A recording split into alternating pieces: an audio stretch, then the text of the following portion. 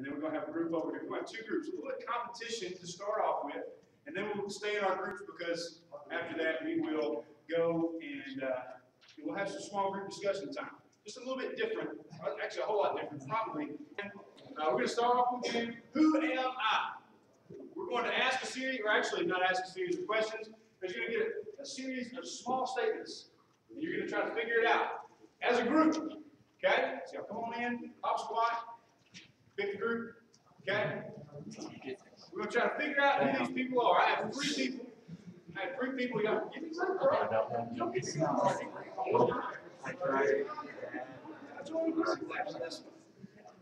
A or B, man. A or B. B. You're going to make it technically Let's see. Not yet. This is at 18.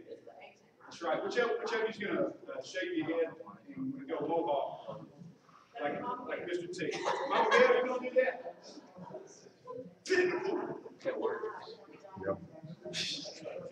We're playing games. All right. Here we go. Who do you say Jesus is? All right. Is it not working, guys? It's close enough. Close enough. Okay. Close enough. All right, we're going to be looking at Mark 8. So if you got a Bible, you can get there in just a minute. Okay? You can be turning there. But we're going to be looking at Mark chapter 8.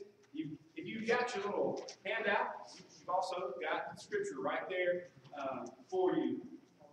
So you don't have to scramble too much. Got to get a little place to take some notes. You can notice that I messed up. Some of you have 1, 2, 3. Some of you have 4, 5, and 6. I forgot to change the setting there when I copied and pasted over on the other side. We're going to play a game called Who Am I? Who Am I? See if it'll go to the next slide without giving all of it. Nope. All right. So, here we go. We're going to read it off, and the first one to guess who am I, who this person is, first group, gets a point. Y'all go with that? Yeah. There's only 3 questions, so somebody's going to win. All right.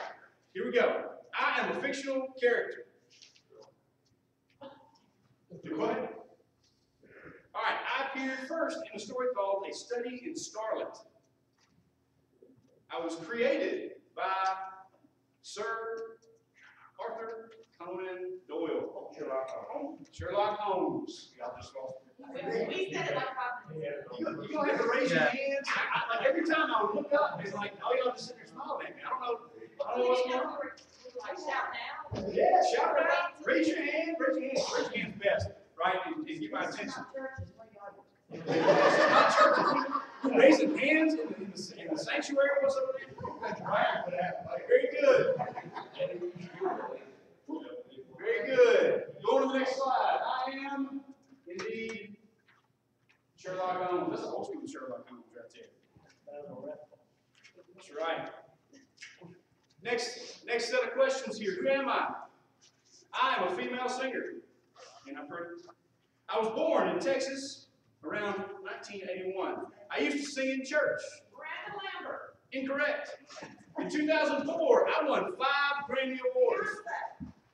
Beyonce. Very good. Go on to the next slide.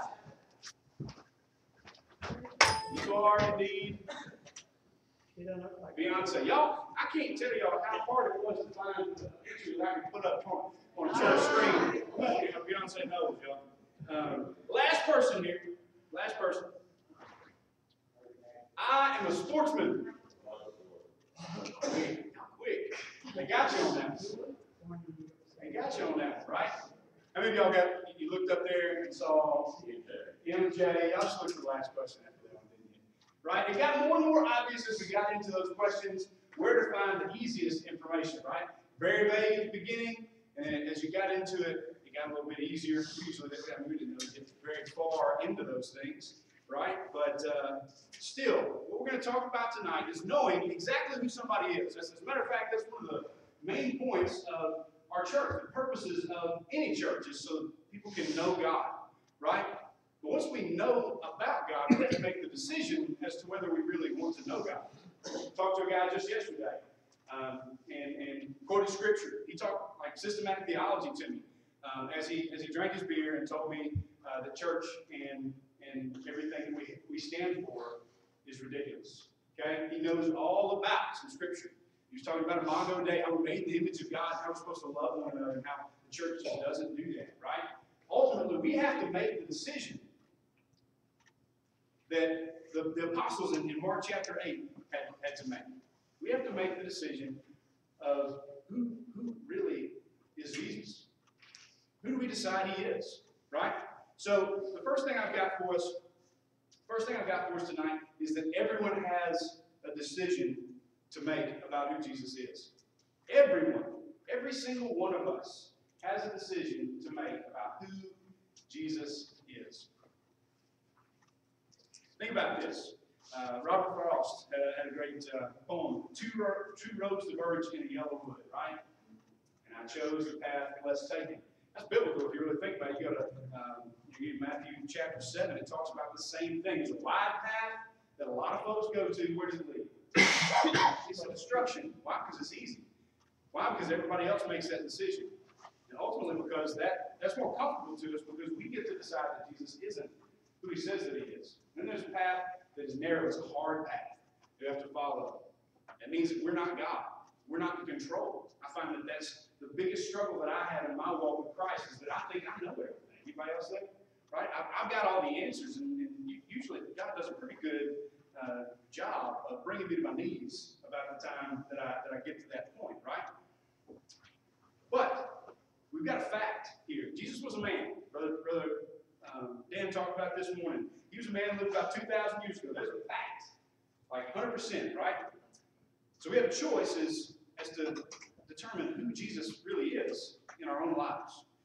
Mark 8, verses 27 through 28 say, Jesus went out along with his disciples to the villages of Caesarea Philippi, and on the way he questions his disciples, saying to them, "Who do people say I am?" They told him, saying, "John the Baptist, and others say Elijah, but others one of the prophets." And he continued by questioning them, "But who do you say that I am?" And see, the first thing that he did is he asked him, "Well, who does everybody else say that I am?" Because he's trying to figure out, gauge his audience. Jesus knows everything, so he really kind of gauge him too much. He was setting them up, right? He was giving that thumb punch. You know what I'm talking about? In boxing, you get that thumb punch, make sure you're in range, and then you come in and you knock them out. And with that question was the fact that Christ made it extremely personal and direct. Who do you say that I am? Right? Who do you say that I am? Well, tonight, who do you say Jesus is? So there's this guy named C.S. Lewis. By the way, just think about that moment. Right? You're walking down the road with Jesus, hamming it up, right? And then Jesus gets all serious with you. Think about as soon as in your Sunday school class, as soon as somebody asks a hard question, what happens? Especially when it's what? A personal question. It's directed at you. It's easier to answer questions about somebody else, right? Hey, what are some problems that people deal with, right? Well, then you get to the point where you're really trying to crack somebody open and be able to help them and be there for them. Well, what are you struggling with right now? What does Peter do? What Peter always does. He speaks up, right? That's why I like Peter so much. Whether he's right or wrong, but otherwise he says what he really thinks and he believes, passionate about it, right? What's his answer? Christ, right? So ultimately, Peter believed that Jesus was the Messiah who had come to rescue the world. That's point number 2 or 5, wherever you want to go. Okay? And it brings up what C.S. Lewis called the trilemma. Anybody know what the trilemma is? We have to decide who Jesus is, and it's either he is a, where'd he go? Liar. Either he's saying he is God, and he's a liar, or he really believes that he's a God and he's not, and he is a lunatic, or what? He's Lord. That's what C.S. Lewis penned a long time ago. And guess what? It's a question that we have to deal with today, too. Who do we say that he is? Who do we say that he is? See, Jesus, when Peter said that he was the Messiah, he was saying that Jesus was the anointed one. By the way, anointed is reserved for kings and priests and people who are the mouthpiece of God, right? Prophets. the most important people ever. And he said he was the anointed one, capital T-H, right? And by the way, also capital A, the anointed one. In other words, what he's saying is, you're the person that we've been waiting for since God chose the people of Israel to be his chosen people, to come and save us, to come and save the world, to do something that we cannot possibly do on our own. He's the one that said that he is really the one in charge, okay? I had a video clip. We're not going to watch that. Y'all cool with that? Because I forgot to tell them about it. It's all right. Okay? But if you also, one of the things that we have to deal with is that Peter had to answer the question for himself. We have to answer that question for ourselves. If you believe that Jesus is indeed the Christ, your response should be to follow him with your life. That's point number 3 or 5, 3 or 6, right? You believe that Jesus is indeed the Christ, your response should be to follow him with your life. I brought up the fellow I talked to yesterday. He said the number one reason why he doesn't go to church is because he's been to church and he is miserable there. Because people are not willing to do what is necessary to get the gospel to the people who really need it. That's what the man told me right to my face. Okay? He said, there's people, he said, I told him I just moved from Leicester. He was from West Limestone, out in Good Springs, Lake Town, somewhere in there. And one of the things that he said, oh man, there's Ronnie's and Laws out there. How many churches are going to Ronnie's and Laws to talk to people about Jesus? We're not doing it because we don't want to see them. And that's one of the biggest things that Christ calls us to do, is it not? To go and make disciples. Usually the first thing that somebody says and the last thing that somebody says are really the things that stick with you, right? And ultimately Jesus, the last thing he said was what? Go ye therefore into all the world, make disciples, right? And then he said, I'm going to be with you. The reason that's such a big deal is the same thing as what Peter was saying right there, is what Jesus was trying to get through. God's going to be with us in those situations. He's called us to go. Not to be afraid, not to be timid, because what happens if they reject me? Guess what? Jesus talked about that too. He says, not rejecting us. He's rejecting Christ. So if you believe that Jesus is indeed the Christ, then your response should be to follow him with your life. This guy that I talked to, he's 18 inches away from heaven. Y'all know that? 18 inches away. The coin hasn't dropped. Okay, the quarter is right here. All that knowledge about who God is right here in his head. But where does it have to be to make a difference? It's got to be right here, and then it comes out of our lives. Right? And what I see is it's a lot of what I deal with. I'm not sure about y'all. I get the head knowledge right. I got it all figured out, and then right before I do it, I just don't sometimes. Not doing what God's told me to do. In other words, my life doesn't really reflect the fact that Jesus is Christ in my life. Anybody else there? Okay? The struggle is real, right? So with that, in that video clip that I was going to show you, anybody ever seen the movie Hook? It was Robin Williams. It was Peter Pan, right? It's when he goes and he meets the Lost Boys, and he's grown up. They haven't aged a day, right? And they have to decide whether or not he is Peter Pan, right? There's a little boy that looks him in his eyes and says, "There you are, Peter." Anybody remember that? Anybody chill while I was thinking about it? Okay, so then what happens is Rufio, the guy who's currently in charge, gives them all the reasons why he's not Peter Pan. But this little boy's like, yeah, but he's Peter Pan. And we're the Lost Boys most of the time. Because what they do is every single time Rufio comes up with some reason as to why he is not Peter Pan, guess where they go? What you going to answer, Peter? Little boy says something, they're like, hey, he's Peter Pan, I'm over here with him, right? The way you knew that they were with Peter Pan is what? Where they stood, their lives, where their steps took them. Okay? Now, they wishy-washy some. I feel like I do that. Anybody else here do that? But ultimately, okay, Brother Johnny back here, no, we don't do that. Right? But it's one of those things that we ultimately have to make that decision and then stand on. By the end of that whole scene, the big thing that happens with the Lost Boys is they stay there with Peter. because their decision was made. Guess who was all alone, by the way? Rufio. But nobody stand with him. Because when they got it, and then they were with old Peter. So, how do we know who really believed he was Peter or took his side? So how many of you feel like those guys who kept changing their code? Sorry. Mark 8:34 through 35. And he summoned the crowd and his disciples and said to them, if anyone wishes to come after me, he must deny himself, take up his cross, and follow me. For whoever wishes to save his life will lose it. And whoever loses his life for my sake and the gospel's will save it. For what does it profit a man to gain the whole world and yet forfeit his soul? For what will a man give in exchange for his soul? For whoever is ashamed of me and my words in this adulterous and sinful generation, the Son of Man will also be ashamed of him when he comes in the glory of his Father with the holy angels. Ultimately, we all make a choice, and we do it with how we live our lives. When do we have to take up that cross again? Daily. That's what I meant by the wishy-washy. Some days you wake up and you're like, you know what? I'm just gonna do today. Try to do it in your own strength. What I find when I do that is it's not a very good day. Amen. What I find is when I wake up that day and I've decided to submit myself to Christ, I find myself in a very different mindset. I find myself in a kingdom mindset where I'm thinking, how can I make a difference for Christ today? Because he's called me to do something more than just come to church on Sundays, Wednesdays, and any other time the church doors are open, right?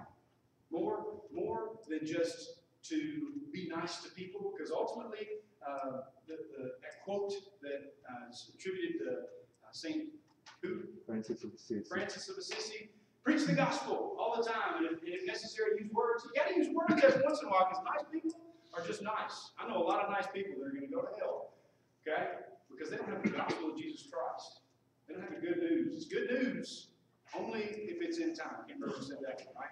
We have to tell folks about the good news of Jesus Christ. We show them first, but then we have to follow it up with words, right? So, we all make a choice, and we do how we live our lives. So who have you decided Jesus is? Is he just a rabbi, a good teacher, somebody that can help us be better people? Or is he somebody that can change your life, that can turn you upside down right now, today, because of the fact that he has done what is necessary to do that, to conquer our hearts. He died on the cross. The way that he does that every single day is for us to make that same decision, to take up that cross and follow him, do what he did, preach the gospel that he preached, love on people the way he did it, love God with our heart, soul, strength, and mind, and love our neighbors as ourselves. Okay? Because ultimately, if you really believe Jesus is indeed the Christ, your response should be to follow him with our life. Okay? Let's pray. God, I thank you for today. I thank you for this opportunity that we had today to wake up and take up the cross. One that you bore, one that you died on, God, and one that you willingly took up as a sacrifice for us. God, help us also do that with our lives. God, as we turn selfish so often, go for what we want instead of what you've called us to, help us, God, to remember that call. Remember that decision that we made, God, to follow you and to take up that cross. Remember that we got to do it every single day. It's not something we did yesterday, the day before. It was good enough for everything. God, we have to choose every single day to follow you, to glorify your name because of the fact that you're worthy. Because we look in your eyes, God, we know who you are. You are the Christ, the one that's promised, the one that's anointed by the one true God to make everything right, to make us right, because we can't do it on our own, God. And I ask you to help us as we look at these small group questions, and we look at some things here in just a few minutes. God, help us to be honest with one another. Help us to pray with one another in a way that lifts each other up, keeps each other accountable. God, because ultimately that's what you call us to do. That's why we meet. It's to glorify you, to encourage one another, and spur one another on in the gospel. To live lives as God, to live lives that point to you as the one who's in charge, not us. So, God, I ask you in the next few minutes as we look at these questions, we look at how ultimately we can take up that cross today and follow you with our lives better. God, I just ask you to do this all in your holy and wonderful name. Amen. Now down at the bottom of your sheet, you've got a few small group questions. Can I get somebody in each of the groups, and it might be easier if we like break up into a couple smaller groups, okay? Just kind of row or whatever, and talk about these questions. I got just a few questions right there. Somebody in each row maybe, or a little cluster. Y'all get together, ask a question, talk a little bit, and then pray together. Can y'all do that? It's a little bit different, okay? But let's get at it.